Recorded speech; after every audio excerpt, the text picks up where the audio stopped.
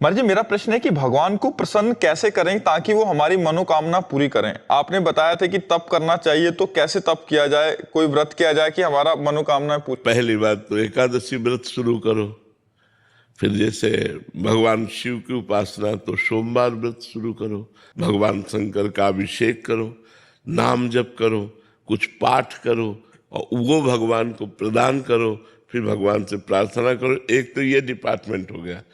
और एक हो गया कि लाडले प्रभु, मैं आपकी लाडली हूं, मैं जैसी हूं आपकी हूं, मेरे से कुछ नहीं बनेगा। आप अपने हिसाब से मेरी आवश्यकताओं की पूर्ति कर दें, मेरे हिसाब से नहीं, मेरे हिसाब से नहीं। मेरा हिसाब तो बहुत छोटा है, नाथ आप अपने हिसाब से कीजिए। जोई जोई प्यारो करे सोई मोई भावे। ये बड़ा मस्ती का मार्ग है जो दूसरा बताया। पहले वाला वो एक दुकानदारी का मार्ग है कि जो हम किया उसका फल दे दीजिए, और इसमें किए का फल नहीं है, इसमें मैं आपकी हूं। जैसे गोदनामा में नहीं होता पूरी प्रॉपर्टी गोदनामे वाले के ऊपर, ऐसे ही भक्त को भगवान अपना सर्वस्व समर्पित कर देते हैं। भक्त जब अपना भगवान को सर्वस्व समर्पित कर देता है तो भगवान अपना सर्वस्व समर्पित कर देते हैं। तो जितना हमारा समर्पण जोर का होगा उतना ही हमें आनंद की अनुभूति होगी।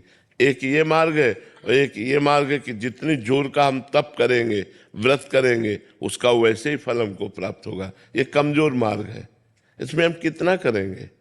और ये मार्ग है कि सीधे भगवान अपना ऐश्वर्य, ज्ञान, वैराग, भक्ति, प्रेम जो चाहिए उसका खजाना खोल देते हैं और भक्त निहाल हो जाता है। तो भगवान का बनने में ज्यादा लाभ है। भगवान के लिए साधना करना, भगवान के बन के, ये और उत्तम बात है। अपने लिए साधना करना ये छोटी बात है। भगवान के होना ये बड़ी बात है। और भगवान के बन के भगवान के लिए साधना करना ये बहुत बड़ी बात है। इसी से भगवत प्रेम प्राप्त होता है, इसी से मोक्ष प्राप्त होता है। तो हम लोगों की आवश्यकताएं तो है। हम आपको सच्ची बताएं, भगवान के हो जाने में इतना आनंद है कि हम तुम्हें कुछ कह नहीं सकते।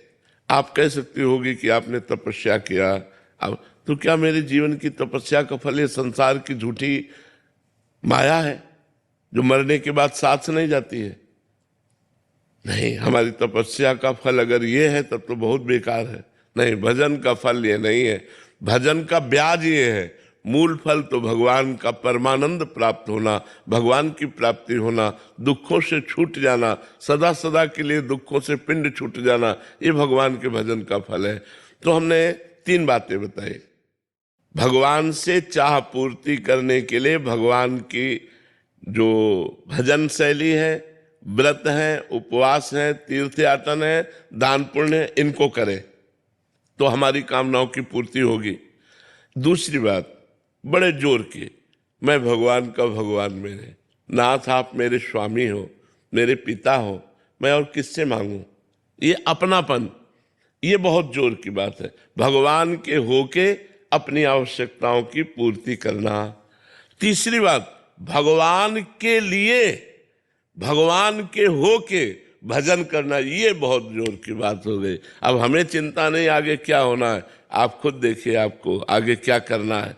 वो बड़ी मस्ती की बात होती, बड़ी मस्ती की बात हो। कदम कदम पर प्रभु की कृपा और प्यार दिखाई देता है कि हमारे प्रभु कितना हमें प्यार करते हैं। ये तब दिखाई देता है जब भगवान के होके और भगवान के लिए भजन किया जाता है, तब ये जोर की बात आती है। महाराज जी, अधिकतर तो ऐसा ही है कि मतलब कामना की पूर्ति हो जाए इसलिए भगवान। हाँ, प्राय ऐसा। लेकिन हमारी कामनाओं की कभी पूर्ति हो नहीं सकती। एक कामना पूरी होती है तो 2 कामनाएं खड़ी हो जाती हैं, 2 पूरी होती है तो 4 खड़ी हो जाती हैं।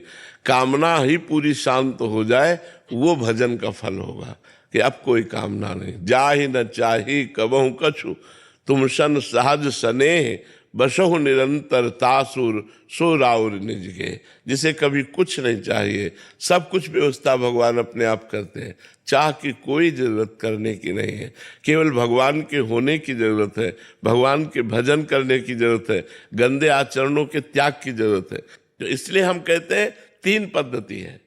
एक तो है करके भगवान से लेना, एक है हो के भगवान से लेना, और एक है लेने की इच्छा ही ना रखना, केवल भगवान के हो जाना। तो सब अपने आप हो जाता, सब अपने आप व्यवस्था हो जाती है। इसलिए हम कहते हैं भगवान के हो जाओ, भगवान के हो करके फिर देखो कैसा आनंद जीवन में है। कुछ नहीं करना, जैसे हो वैसे ही रहो, नाम जप करो राधा राधा, बस मांस मत खाओ, शराब मत पियो, पराई बहनों बेटियों की तरफ गंदी दृष्टि मत रखो, जो पापाचरण है वो पापाचरण मत करो, फिर देख लो आपका जीवन कितना आनंदमय होता है। भगवान ने आनंद के लिए मनुष्य शरीर दिया है, पशुओं को कर्म भोग के लिए दिया है, मनुष्य शरीर नए प्रारब्ध की रचना के लिए मिला है, मनुष्य शरीर भगवत प्राप्ति के लिए मिला है, मनुष्य शरीर मोक्ष के लिए मिला है, इन गंदी बातों के लिए नहीं मिला है। महाराज जी, एक एकांतिक वार्तालाप में सुना था कि प्याज लहसुन तामसिक प्रवृत्ति के कारक होते हैं, तो आपकी आज्ञा अनुसार उन्हें त्याग दिया है। परंतु महाराज जी, आजकल बाजार में मिल रही हर वस्तु, यहाँ तक कि नमकीन मसालों में भी प्याज लहसुन का होता है। ऐसे में महाराज जी कभी ऐसा गलती हो जाए तो? ना कोई देखो, वो कोई पाप नहीं है, प्याज लहसुन कोई पाप नहीं है। प्याज लहसुन जैसे कुछ संत जन गाजर नहीं पाते, तो बहुत सी ऐसी वस्तुएं हैं जिनके गुणों का अनुमान करके संतों ने त्याग किया, इसमें ये दोष है, इसमें ये गुण है, जिससे हमारी बुद्धि पवित्र है। तो प्याज लहसुन, जहां आलू पैदा होते हैं वहीं प्याज लहसुन पैदा होता है।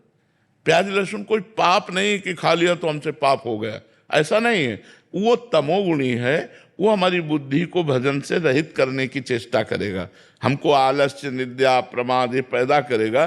कोशिश कीजिए कि जहां तक हो सके आप ना पाए, वो तमोगुणी है, मगर कोई पाप नहीं है। तो जैसे मसूर की दाल, अब मसूर की दाल हम लोग नहीं खाते क्योंकि तमोगुणी है, कभी नहीं खाते, कोई भी संत शायद ना पाता होगा, मसूर की दाल नहीं पाते क्योंकि तमोगुणी है। तो ऐसे बहुत से भोजन में भी पदार्थ हैं जो तमोगुणी हैं। अच्छा, बहुत से ऐसे लोग हैं जो दूध को फटी हुई वस्तुएं नहीं पाएंगे, जैसे पनीर है, छेना है, वो नहीं पाएंगे।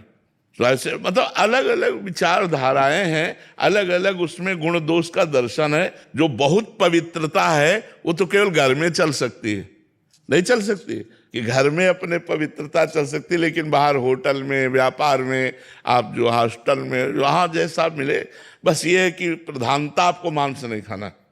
अब सैकड़ों बच्चे दीक्षित हैं, पढ़ रहे हैं, सैकड़ों आर्मी के दीक्षित हैं और फौज में हैं, तो छूट देनी पड़ती है, कोई उनका घर थोड़ी है। अब जो सरकार की व्यवस्था है उसी के अनुसार चलना पड़ेगा। तो इसलिए कभी ऐसा चूक हो जाए तो उसमें कोई पश्चाताप न करे।